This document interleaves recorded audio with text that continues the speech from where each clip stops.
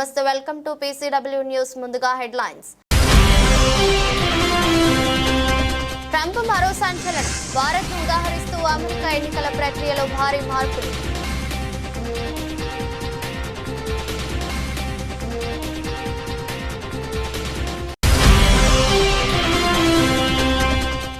Trump బెదిరింపులకు తలొగ్గిన మోదీ సర్కార్. సుంకాలు తగ్గించేందుకు సిద్ధం.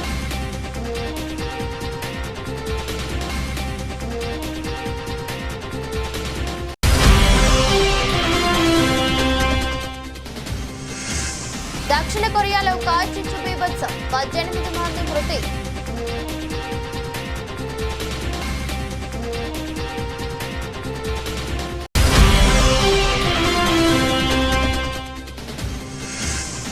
భూపేష్ బఘోల్ చుట్టూ కేసుల ఉచ్చు. బెట్టింగ్ యాప్ వ్యవహారంలో CBI దాడులు.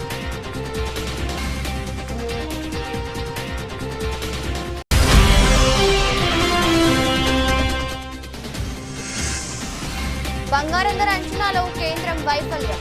SVPలు అటర్ ఫ్లాప్.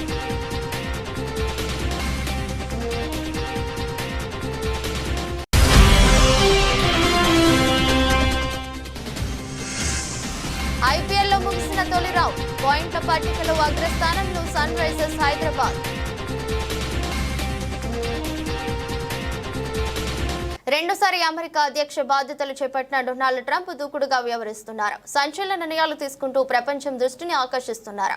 ట్రంప్ ఇప్పటికే వివిధ దేశాలపై సుంకాలను వడ్డిస్తూ వాణిజ్య యుద్ధానికి తెరతీసిన విషయం తెలిసిందే. అంతేకాదు పలు దేశాలపై ఆంక్షలు, వలసదారుల పట్ల కఠిన వైఖరితో వ్యవహరిస్తూ పాలనలో తన మార్కు చూపిస్తున్నారు. అమెరికాలోని కొన్ని సంస్థల్లో సమూల ప్రక్షాళన చేస్తున్నారు. ఇందులో భాగంగానే ఇప్పుడు మరో సంచలన నిర్ణయం తీసుకున్నారు. అమెరికా ఎన్నికల ప్రక్రియలో భారీ మార్పులు చేస్తూ నిర్ణయం తీసుకున్నారు. ఇక నుంచి ఓటర్ నమోదు కోసం పౌరసత్వానికి సంబంధించిన ధృవపత్రాన్ని తప్పనిసరి చేశారు. ఈ మేరకు ఒక కార్యనిర్వాహక ఉత్తర్వుపై మంగళవారం సంతకం చేశారు. ఈ సందర్భంగా భారత్, బ్రెజిల్ వంటి దేశాలను ఆయన ఉదాహరణగా ప్రస్తావించారు. ప్రపంచంలో ప్రజాస్వామి విధానానికి మార్గదర్శకంగా నిలుస్తున్న అమెరికా ఎన్నికల వ్యవస్థలో మాత్రం ప్రాథమిక నిబంధనల అమలులో వెనుకబడి ఉంది. ఆధునిక అభివృద్ధి చెందుతున్న దేశాలు ఎన్నికల ప్రక్రియలో ఉన్న ప్రాథమిక అవసరమైన నిబంధనలను అమలు చేయడంలో US విఫలమైంది. ఉదాహరణకు భారత్, బ్రెజిల్ వంటి దేశాలు తమ ఓటరు గుర్తింపును బయోమెట్రిక్ డేటాబేస్తో అనుసంధానం చేస్తున్నాయి. అమెరికా మాత్రం పౌరసత్వాన్ని నిర్ధారించుకోవటం కోసం ఇప్పటికీ స్వీయ ధృవీకరణపై ఆధారపడుతుంది. మరోవైపు జర్మనీ, కెనడా ఓట్లను లెక్కించేటప్పుడు పేపర్ బ్యాలెట్ విధానాన్ని అనుసరిస్తున్నాయి.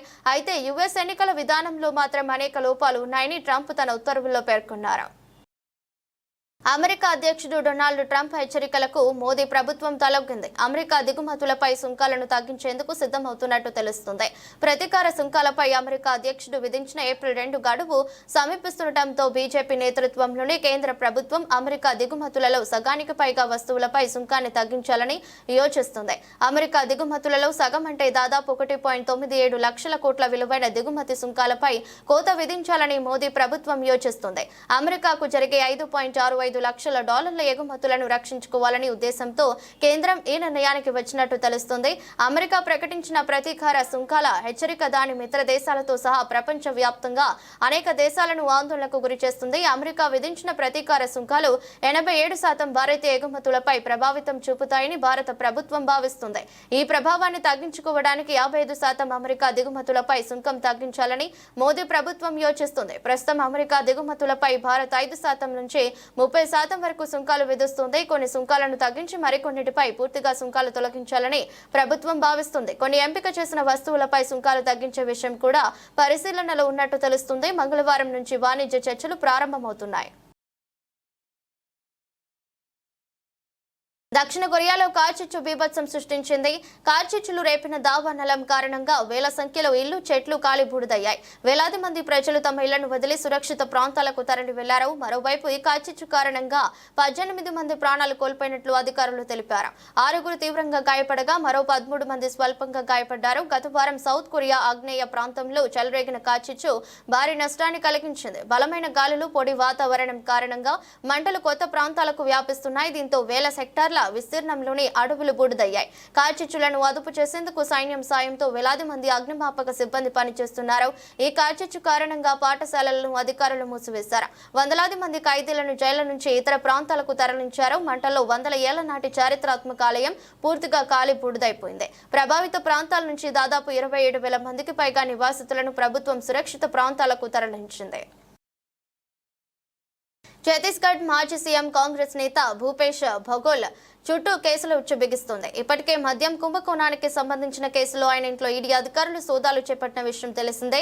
తాజాగా మహదేవ్ బెట్టింగ్ యాప్ ముడుపుల కేసులో సిబిఐ అధికారులు మాజీ సీఎం నివాసంలో దాడులు నిర్వహిస్తున్నారు. రాయ్పూర్, భిలాయ్లోని ఆయన నివాసాలతో పాటు బంధువులు, అత్యంత సన్నిహితుల ఇళ్లలో సిబిఐ అధికారులు సోదాలు నిర్వహిస్తున్నారు. మహదేవ్ బెట్టింగ్ యాప్ ప్రమోటర్ల నుంచి మాజీ సీఎంకు 508 కోట్ల ముడుపులు అందాయని ఆరోపణలు ఉన్న విషయం తెలిసిందే.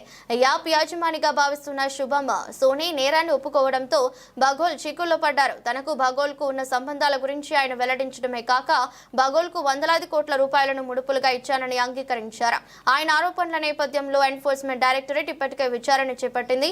మరోవైపు మద్యం కుంభకోణంలో మనీ లాండరింగ్ కు పాల్పడినట్లు వచ్చిన ఆరోపణలపై భూపేష్ బఘెల్, ఆయన కుమారుడు చైతన్య బఘెల్ నివాసంలో ఎన్ఫోర్స్మెంట్ డైరెక్టరేట్ అధికారులు ఇటీవలే దాడులు చేసిన విషయం తెలిసిందే. విలాయ్లోని ఆయన నివాసంతో పాటు చైతన్య స్నేహితులు, కుటుంబ సభ్యులు ఇలా రాష్ట్రంలోని 14 ప్రాంతాల్లో కాలంలో దాడులు నిర్వహించారు. ఈ సోదాల్లో 30 లక్షల నగదు, పలు ప్రాంతాలు పత్రాలు, ఎలక్ట్రానిక్ గ్యాడ్జెట్లు స్వాధీనం చేసుకున్నారు. ఈ వ్యవహారంలో చైతన్య బఘెల్ కు ఈడీ అధికారులు సమన్లు కూడా జారీ చేశారు. కాగా మద్యం కుంభకోణం ద్వారా రాష్ట్ర ఖజానాకు భారీగా నష్టం వాటిల్లిందని, మద్యం సిండికేట్ కు 21,000 కోట్లకు పైగా లాభం చేకూరిందని దర్యాప్తు సంస్థ ఆరోపిస్తుంది. ఈ వ్యవహారంపై కేసు నమోదు చేసి దర్యాప్తు చేస్తుంది. ఇందులో భాగంగానే చైతన్య బఘెల్ నివాసంలో అధికారులు సోదాలు చేపట్టారు. జగిత్యాల జిల్లా కేంద్రంలోని ఇందిరాభవన్ లో మంగళవారం పట్టభద్రుల ఎమ్మెల్సీ తాటిపర్తి జీవన్ రెడ్డి విలేకరుల సమావేశంలో మాట్లాడారు. ప్రజా ప్రతినిధిగా అభివృద్ధి సంక్షేమ కార్యక్రమాల అమలుతో పాటు ప్రజా ఆస్తులు కూడా సంరక్షించడం బాధ్యత. ఎస్ఆర్ఎస్పీ నిర్మాణ దశలో దరూరు రెవెన్యూ గ్రామం నుండి 200 ఎకరాల భూమి సేకరించిన భూములు జగిత్యాలకు వరంగా మారాయి. ప్రజా జీవితంలోకి అడుగుపెట్టినప్పటి నుండి జగిత్యాల భవిష్యత్తును దృష్టిలో ఉంచుకుని ప్రజా ఆస్తులు రక్షించిన ప్రివెన్షన్ చర్యలు కూడా తీసుకోవాలని చెప్పండి. సాధారణ what you will call to file a caveat or whatever it is, సంబంధిత అక్కడ గవర్నమెంట్ లీడర్స్ కు తగు సూచనలు, మరి వారికి ఏదైతే ఉందో ముందే హెచ్చరికలు ఏదైతే వారికి తెలియజేయటం, ఆ విధంగా చర్యలు చేపట్టాలని చెప్పంటున్నా. ఈ 251 సంబంధించి కూడా ఏదైతే ఉందో, ఈ 250 సంబంధించి కూడా రెవెన్యూ రికార్డులు ఏ 450, 437 అనుగుణంగా ఇట్లా చేయడం జరిగిందో అవన్నీ కూడా మీరు రద్దు చేయడానికి చర్యలు చేపట్టారు. ఇలా మన నర్సింగాపూర్ అనేది కళ్ళ కుట్టచ్చినట్టు కనబడుతుంది. నర్సింగాపూర్ అనేది కళ్ళ కుట్టచ్చినట్టు కనబడుతుంది. ఇటువంటి దురాక్రమణలు ఇంకా ఇతరత్ర గ్రామాలలో కూడా జరిగి ఉంటాయి. నర్సింగాపూర్ అనేది ఏదైతుందో జగిత్యాలకు అనుసంధానంగా ఉండడంతో ఏదైతే మరి కుట్టొచ్చినట్టు కనబడుతుంది. ఇలా ప్రజాప్రతినిధిగా బాధ్యతగా ఏదైతుందో మేము మూగవడదు. ఇక ఇతరత్ర కూడా ప్రభుత్వ ఆస్తులు, గవర్నమెంట్ ల్యాండ్స్ ఏదైతున్నదో ఏ విధమైన అసైన్మెంట్ ప్రొసీజర్ లేకుండా, ప్రభుత్వ పరంగా నిబంధనలు పాటించకుండా రెవెన్యూ అధికారుల కొల్యూజన్ తోని కాజేయ ప్రయత్నం అవన్నీ కూడా రద్దు చేసి ప్రభుత్వం ఏదైతే రెజ్యూమ్ చేసుకోవాల్సిన ఆవశ్యకత ఉందని చెప్పండి. నేను గౌరవ జిల్లా కలెక్టర్ గారు ఏదైతే you go back to about 20 years back 1954, 55 Khasa 54, 55 Khasa నివేదికలు ఉన్నాయి. 54, 55 ఖాసా నివేదికలను ఆధారంగా చేసుకొని 54, 55 ఖాసా నివేదికలను ఆధారంగా చేసుకొని ప్రభుత్వ భూములు ఎక్కడెక్కడైతే అన్యాక్రాంతమైనట్టు గోచరిస్తుందో గుంటూరు భారతదేశాన్ని గుంటూరు వైపు తల తిప్పి చూసేలా చేస్తా, దేశంలో నా గుంటూరు పార్లమెంట్ ను నెంబర్ 1 గా మారుస్తా అని చెప్పిన పెమ్మసాని మాట అక్షర సత్యంగా నిలుస్తుంది. ఒక్కో నెల ఒక్కో నూతన ఆర్ఓబితో రహదారులతో పెమ్మసాని గుంటూరు పార్లమెంట్ లో నిధుల వర్షం కురిపిస్తున్నారు. 9 నెలల కాలంలో వరుసగా 5 ఆర్ఓబిని మంజూరు చేయించిన పెమ్మసాని గుంటూరు పాలిట అపర భగీరథుడిగా కీర్తి గడిస్తున్నారు.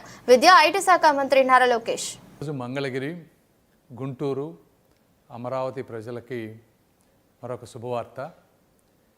మంగళగిరి పట్టణాన్ని అమరావతిని కలిపేటువంటి మంగళగిరి నంబూరు రైల్వే గేట్ ఏదైతే ఉందో దాని మీద ఎల్సీ నంబర్ 14 129 కోట్ల రూపాయలతోటి సెంట్రల్ గవర్నమెంట్ 100% ఫండింగ్ తోటి ఈరోజు శాంక్షన్ అయింది. ఈ బ్రిడ్జి చాలా ఇంపార్టెంట్. ఎందుకంటే ఒకటి, రేపు అమరావతిలో కొన్ని వేల కోట్ల రూపాయల వర్క్స్ జరగబోతూ ఉన్నాయి. ఆ ఎక్విప్మెంటు సామాగ్రి అంతా కూడా సిటీ బయటకు తీసుకువెళ్ళాలంటే ఇక్కడ ఉన్నటువంటి రైల్వే గేట్ వల్ల తీవ్ర అంతరాయం జరిగేటువంటి పరిస్థితి. సో ఈ బ్రిడ్జ్ వల్ల అదొకటి మంచి జరుగుతుంది. రెండోది, ఇక్కడ ఉన్నటువంటి cricket stadium, Andhra cricket association పెద్ద మ్యాచ్లు చేయాలంటే ఈ రైల్వే గేట్ ఉండటం వల్ల కూడా ఇబ్బంది అవుతుంది. కాబట్టి దీన్ని కూడా ఒక యుద్ధ ప్రాతిపదికన కావాలి అని చెప్పి శ్రీ నారా లోకేష్ గారు, అదేవిధంగా ఆంధ్ర క్రికెట్ అసోసియేషన్ కేసినేని చెన్నీ గారు కూడా రిక్వెస్ట్ చేస్తూ ఉన్నారు. దీనిని నారా లోకేష్ గారు వారి ఆఫీస్ నుంచి, అదేవిధంగా మా ఆఫీస్ నుంచి కంటిన్యూస్గా ఫాలో అప్ చేసి ఈరోజు దాన్ని శాంక్షన్ తీసుకొచ్చాం. మళ్ళీ ఇది కూడా ఒక్క రూపాయి కూడా రాష్ట్ర ప్రభుత్వంపై భారం పడనటువంటి పరిస్థితి. ఈ విధంగా చూస్తే ఈ గుంటూరు పార్లమెంటు పరిధిలో ఇప్పటి వరకు తీసుకువచ్చిన బ్రిడ్జిలతో కలిపి, దీంతో కలిపి 5 బ్రిడ్జిలు కంప్లీట్గా సెంట్రల్ గవర్నమెంట్ ఫండింగ్తో వస్తున్నాయి. ఏదేమైనప్పటికీ ఈ ప్రాజెక్టుని శాంక్షన్ చేయించినటువంటి శ్రీ నరేంద్ర మోదీజీ గారికి కానీ, అదేవిధంగా అశ్విని వైష్ణవ్ గారికి, సోమన్న గారికి, రైల్వే సౌత్ సెంట్రల్ అధికారులకు, మా స్టాఫ్కి, లోకేష్ గారికి, లోకేష్ స్టాఫ్ గారికి, అదేవిధంగా పవన్ కళ్యాణ్ గారికి, అందరికీ కూడా మనస్ఫూర్తిగా ధన్యవాదాలు తెలుపుతా ఉన్నాను. ఈ ప్రాజెక్టు గురించి చామకూర మల్లారెడ్డి మాజీ మంత్రి మేడ్చల్ నియోజకవర్గం శాసనసభ్యులు మేడ్చల్ నియోజకవర్గం సామీర్పేట్ మండల కేంద్రంలోని జామా మసీద్లో ప్రభుత్వం తరపున ఏర్పాటు చేసిన రంజాన్ ఇఫ్తార్ విందు కార్యక్రమంలో పాల్గొన్నారు. ముస్లిం సోదరులతో కలిసి నమాజ్ చేసిన అనంతరం వారితో కలిసి సహపంక్తి భోజనం చేశారు.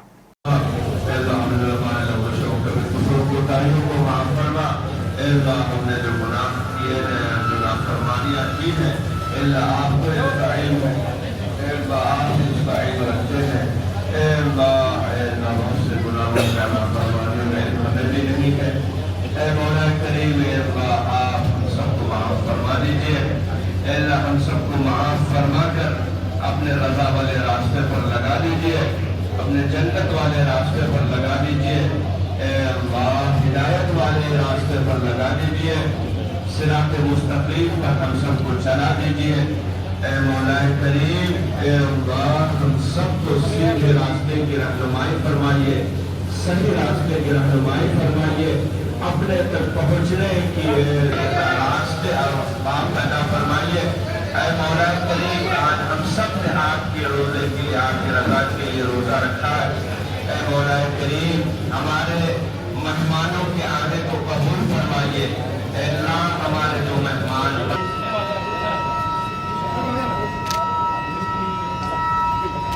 सर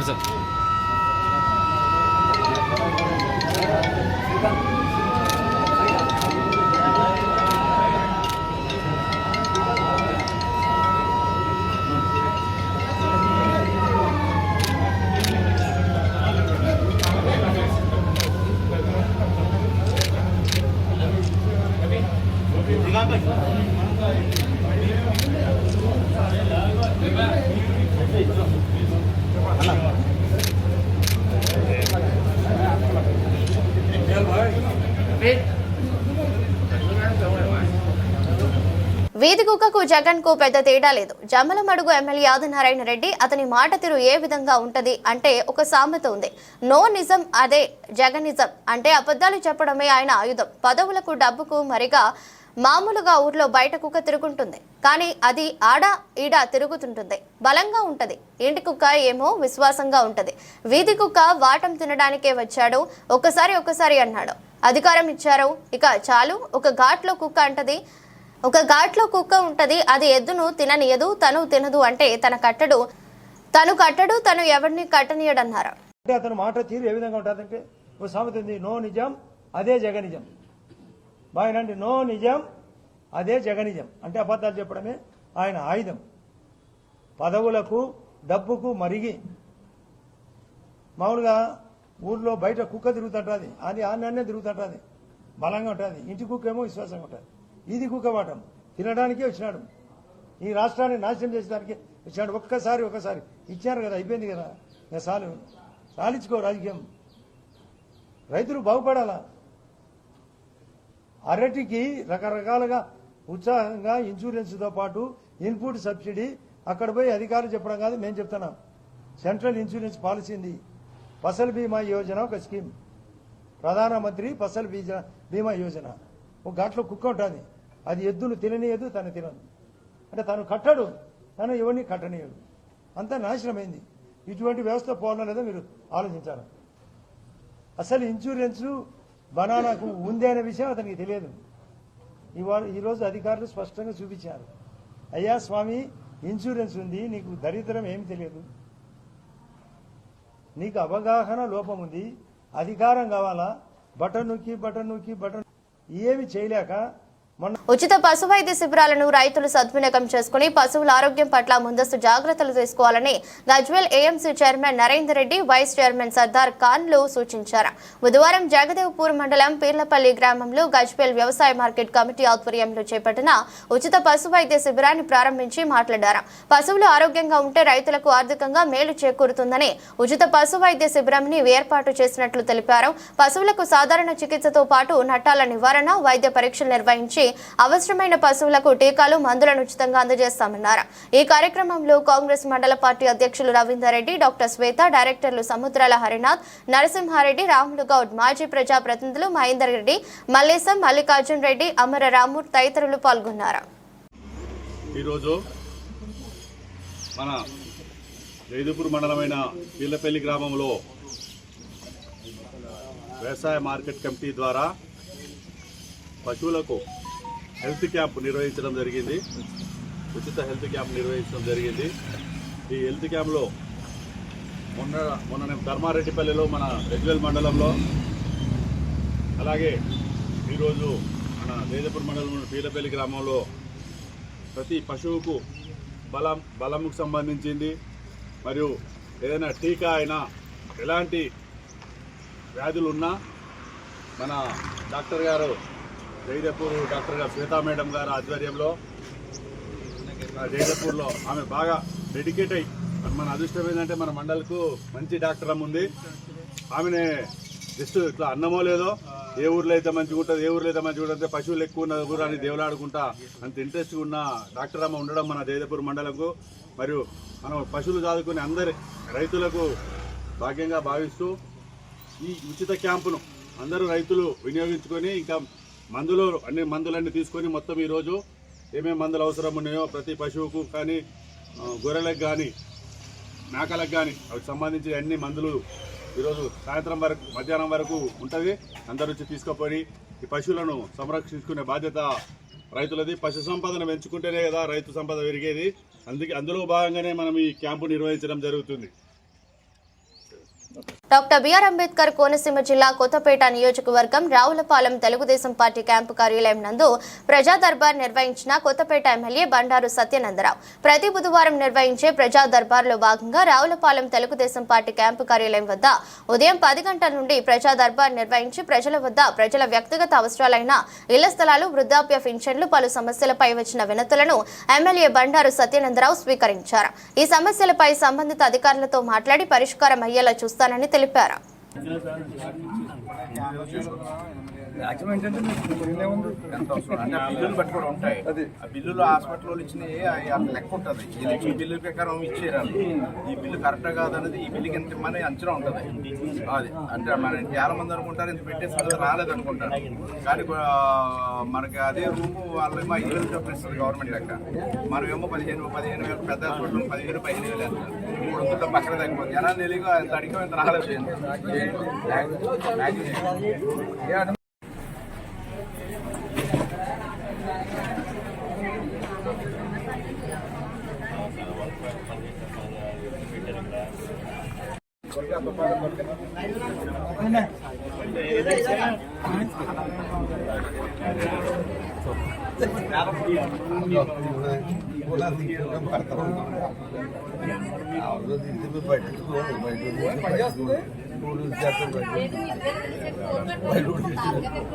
మళ్ళీ స్కిట్ చేశారు కదా అందులో అర్ధరాత్రి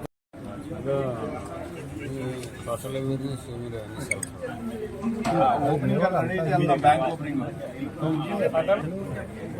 అంటే దీన్ని బట్టి ప్రభుత్వం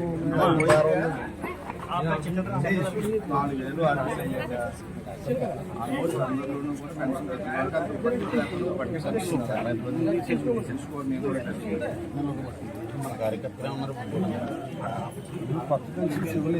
డిసెంబర్ 2 నుంచి భర్త చనిపోయిన ఆడవాళ్ళ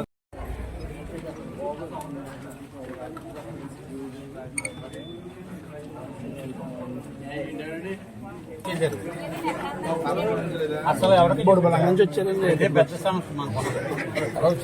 ఎక్కడ సార్ చూపించారు? గోపాలపురం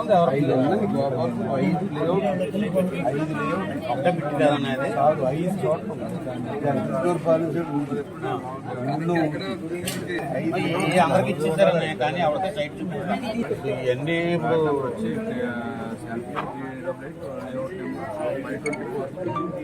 ఫ్లాట్ నెంబర్ 524 అది ఏ నెంబర్ ఎక్కడ ఉన్నది ఎవరికి తెలియదు. ప్రపంచవ్యాప్తంగా కలియుగంలో ఏ వింత జరిగినా వీర బ్రహ్మేంద్ర స్వామి వారి కళాజ్ఞానం చెప్పారని బలంగా నమ్మినటువంటి వారు చాలా మంది ఉన్నారు. అలాంటి వింతలలో ఒకటైనటువంటి శ్రీ విభూతి నాగలింగేశ్వర స్వామి దేవాలయం ఒకటి.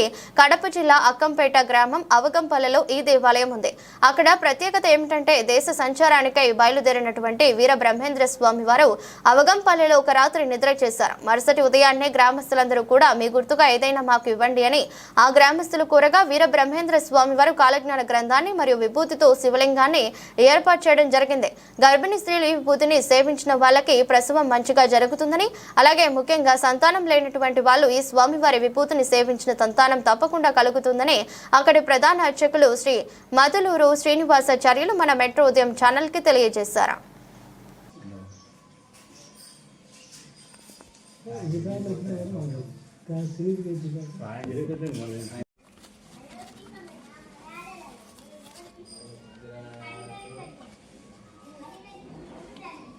పెళ్ళితోనే రాసింటారా?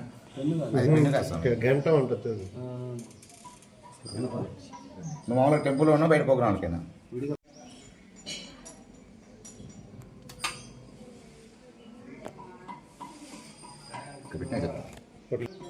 అదేనండి బ్రహ్మంగారు పెట్టిన నైవేద్యము. బ్రహ్మంగారు ఆయన శ్రేష్ఠాలతో పెట్టినది. బ్రహ్మంగారు మఠం నుంచి అహోబిలము జ్యోతి క్షేత్రం బయలుదేరే సమయానికి మన ఊరి గమ్యంలోకి వచ్చేసరికి మనకు విశ్వబ్రహ్మణ కుటుంబం ఉంది. మాది సుపర్ణశివ స్తోత్రము. అందరు రెడ్డి గారు ఉన్నారు. వీళ్ళందరూ కలిసి స్వామివారిని ప్రాధాయపడడం జరిగింది. స్వామి మీరు ఖచ్చితంగా మా గ్రామానికి రావాలని. వీళ్ళ భక్తి సేవలకు మెచ్చిన బ్రహ్మంగారు మన అక్కంపేట గ్రామానికి రావడం జరిగింది. రాత్రి ఇక్కడే కూర్చొని అందరికీ ఉపన్యాసం ఇచ్చాడు. ఇచ్చిన తర్వాత రాత్రి 9 గంటల సమయంలో మన ఇంట్లోనే ఫోన్ చేయడం జరిగింది. మన ఇంట్లోనే బస చేయడం జరిగింది. బస చేసిన తర్వాత తెల్లవారుజామున బ్రహ్మనిముహూర్త సమయంలో బయలుదేరే సమయానికి స్వామి మీరు వచ్చారు కదా మాకు గుర్తింపు అంటూ ఉండాలని అడగడం జరిగింది. అప్పుడు మన ఇదంతా మన స్థలాలు, మన సొంత స్థలాలు అనమాట ఈ పటాలు. అక్కడికి వచ్చి ఆయన శ్రేష్ఠాలతో ఆయన అనుష్ఠానం చేసుకుని మంత్రాన్ని అక్కడ పెట్టడం జరిగింది. చిన్న లింగం అది లోపల భూమిలో నుంచి పెరుగుతూ ఉంది. మనం కొంచెం గిల్లితే తెల్లవారిలోపు ఆ కాటన్ అనేది పూరించబడిపోతుంది అనమాట. మామూలుగా ఎప్పుడైనప్పుడు గిల్లము ఏదైనా ప్రాణాపాయం ఎవరన్నా గర్భిణీస్ ఉంటారు కదా వాళ్ళు ప్రసవించలేనప్పుడు ఒక 3 days ముందు తీసుకొని పోతారు. ఆ నొప్పులు కనిపించిన సమయంలో కొంచెం నీళ్ళలో వేసి తాపితే సులువుగా కానుకోవడం జరుగుతుంది. ఎక్కువ సంతానం గురించి రావడం జరుగుతుంది. ప్రతి సంవత్సరానికి ఒకసారి శివరాత్రి మాత్రం పాలాభిషేకం ఉంటుంది. మాది వంశ పరివారం వస్తున్నాం ఈ దేవాలయానికి. నా పేరు శ్రీనివాసరాచార్యులు. నా నెంబర్ 8096913284. రైతులు అధునాతన సాంకేతిక పరిజ్ఞానాన్ని సద్వినియోగం చేసుకోవాలని శాసన మండలి సభ్యులు బసవరాజు సారయ్య అన్నారు.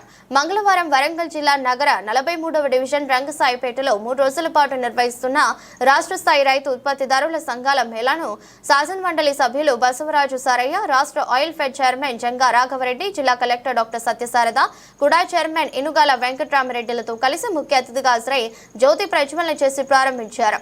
నేటి నుండి 3 రోజుల పాటు కొనసాగనున్న మేళా సందర్భంగా ఏర్పాటు చేసిన 50 వ్యవసాయ సంబంధిత పనిముట్లు, యంత్రాలు, ఉత్పత్తుల స్టాళ్లను అతిథులు సందర్శించి యంత్రాల పనితీరు, ఉపయోగాలను నిర్వాహకులను అడిగి తెలుసుకున్నారు. అన్ని రకాల సంఘాలు ఏర్పాటు చేసి రైతులకు న్యాయం చేసి రైతులను మంచి దారిలో నడిపించడం కోసం ఈ కార్యక్రమం ఏర్పాటు చేశారు.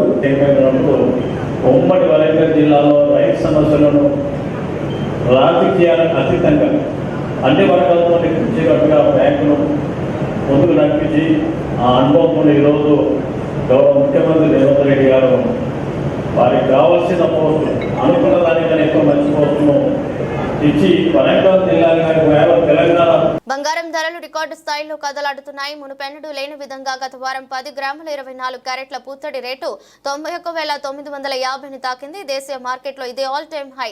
దీని ప్రకారం చూస్తే 2017లో SBGBలను కొన్ని ఇన్వెస్టర్లు లాభాల పంట పండినట్టే ఏడాది అప్పుడు కొన్న బాండ్లే మెచ్యూరిటీకి వస్తున్నాయి. నాడు తులం 29,667.50గా ఉన్నది.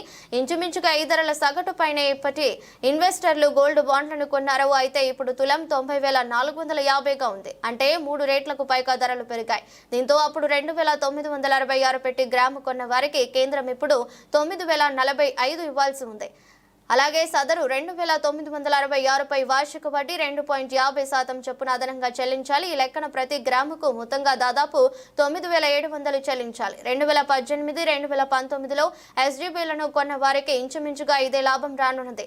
ఆ రెండేండ్లు గ్రామ ధర 3,000, 3,500 మధ్య ఉన్నది. దీంతో ఇప్పుడున్న గరిష్ట ధరలకే లాభాలను ఒడిసి పట్టుకోవాలని ఇన్వెస్టర్లు భావిస్తే 2017 నుంచి 2019 వరకు కొన్న వారంతా బాండ్లను ప్రభుత్వానికి సమర్పించి నగదు చేసుకోవచ్చు. అదే జరిగితే ఖజానాపై ఒక్కసారిగా వేల కోట్ల రూపాయల భారం తథ్యం. మార్కెట్ ట్రెండ్ ను చూస్తే ఇప్పట్లో ఈ ధరలు తగ్గేలా లేవు. ఇంకా పెరిగినా ఆశ్చర్యపోనక్కర్లేదు. పైగా ఏడాది ఆఖరు కల్లా తులం ₹1,00,000 చేరుతుందన్న అంచనాలు బలంగా వినిపిస్తున్నాయి. దీంతో SGBలను కొన్న వారికి కాసుల వర్షం ఖాయమే. IPL 2025 అటాసంగా మొదలైంది. ఇప్పటి వరకు గ్రూప్ దశలో అన్ని జట్లు ఒక్కో మ్యాచ్ ఆడాయి. 18వ సీజన్ మార్చి 22న defending champion Kolkata Knight Riders Royal Challengers Bengaluru match తో మొదలైంది. తొలి రౌండ్ లో చివరి మ్యాచ్ మంగళవారం గుజరాత్ టైటాన్స్ పంజాబ్ కింగ్స్ మధ్య జరిగింది. అన్ని జట్లు ఒక్కో మ్యాచ్ ఆడగా గతసారి రన్నర్ అప్ గా నిలిచిన సన్ రైజర్స్ హైదరాబాద్ జట్టు పాయింట్ల పట్టికలో అగ్రస్థానంలో నిలిచింది. హైదరాబాద్ RCB పంజాబ్ కింగ్స్ 18వ ఎడిషన్ ను గొప్పగా ప్రారంభించాయి. సన్ రైజర్స్ జట్టు గత సీజన్ తరహాలోనే కనిపిస్తుంది. ఈ సీజన్ లో తొలి మ్యాచ్ లోనే IPL చరిత్రలో 2 అత్యధిక స్కోర్ చేసింది. రాజస్థాన్ రాయల్స్ పై హైదరాబాద్ ఉప్పల్ మైదానంలో 286 పరుగులు చేసి అద్భుతమైన విజయాన్ని SRH నమోదు చేసింది. రన్ రేట్ ఆధారంగా ప్రస్తుతం పాయింట్ల పట్టికలో పాట్ కమిన్స్ నేతృత్వంలోనే సన్ రైజర్స్ టాప్ ప్లేస్ లో ఉన్నది. IPL 2025 సీజన్ తొలి మ్యాచ్ లో defending champion Kolkata Knight Riders ను RCB సొంత మైదానంలోనే ఓడించింది. టాస్ ఓడిపోయి మొదటి బ్యాటింగ్ చేసిన తర్వాత డిఫెండింగ్ ఛాంపియన్ జట్టు అజింక్య రహానే, సునీల్ నారాయణ్ మధ్య సెంచరీ భాగస్వామ్యంతో 20 ఓవర్లలో 8 వికెట్ల నష్టానికి 174 పరుగులు చేసింది. ఆ తర్వాత RCB 16.2 ఓవర్లలో 3 వికెట్ల నష్టానికి 177 పరుగులు చేసి 7 వికెట్ల తేడాతో మ్యాచ్ ను గెలిచింది. RCB రన్ రేట్ ఆధారంగా పాయింట్ల పట్టికలో 2వ స్థానంలో ఉంది. ఈ సీజన్ పంజాబ్ కింగ్స్ శ్రేయాస్ అయ్యర్ నాయకత్వంలో ఆడుతుంది. ఉత్కంఠభరితంగా సాగిన మ్యాచ్ లో గుజరాత్ ను 11 పరుగుల తేడాతో ఓడించింది. అహ్మదాబాద్ లోని నరేంద్ర మోదీ స్టేడియంలో జరిగిన ఈ మ్యాచ్ లో టాస్ ఓడిపోయి ముందుగా బ్యాటింగ్ చేసిన పంజాబ్ శ్రేయాస్ అయ్యర్ అద్భుత ఇన్నింగ్స్ తో పంజాబ్ నిర్ణీత 20 ఓవర్లలో 5 వికెట్ల నష్టానికి 243 పరుగులు చేసింది. ఇది IPL లో పంజాబ్ కు 2వ అత్యధిక స్కోర్ కావటం విశేషం. ఈ మ్యాచ్ లో కెప్టెన్ అయ్యర్ 42 బంతుల్లోనే 97 పరుగులు చేసి నాట్అవుట్ గా నిలిచారు. ప్రియాంచార్య, శశాంక్ సింగ్ సైతం రాణించారు. ఆ తర్వాత బ్యాటింగ్ కు వచ్చిన గుజరాత్ నిర్ణీత ఓవర్లలో 5 వికెట్ల నష్టానికి 232 పరుగులు మాత్రమే చేసింది. ప్రస్తుతం పాయింట్ల పట్టికలో పంజాబ్ 3వ స్థానంలో ఉంది. వార్తలు ముగించే ముందు మరోసారి హెడ్లైన్స్. ట్రంప్ మరో సంచలనం. భారత్ ను ఉదాహరిస్తూ అమెరికా ఎన్నికల ప్రక్రియలో భారీ మార్పులు.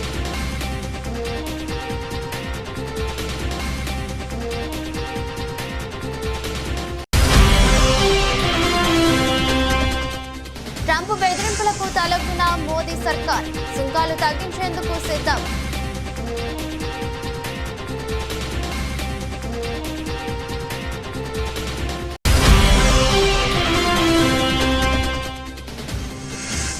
దక్షిణ కొరియాలో కార్చిచ్చు బీభత్సం. 18 మంది మృతి.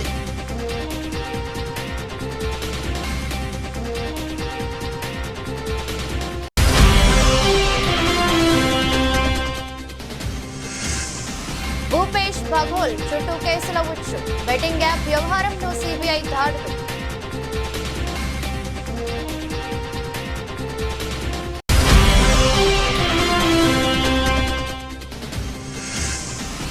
బంగారం ధర అంచనాలో కేంద్రం వైఫల్యం. SVPలు అటర్ ఫ్లాప్.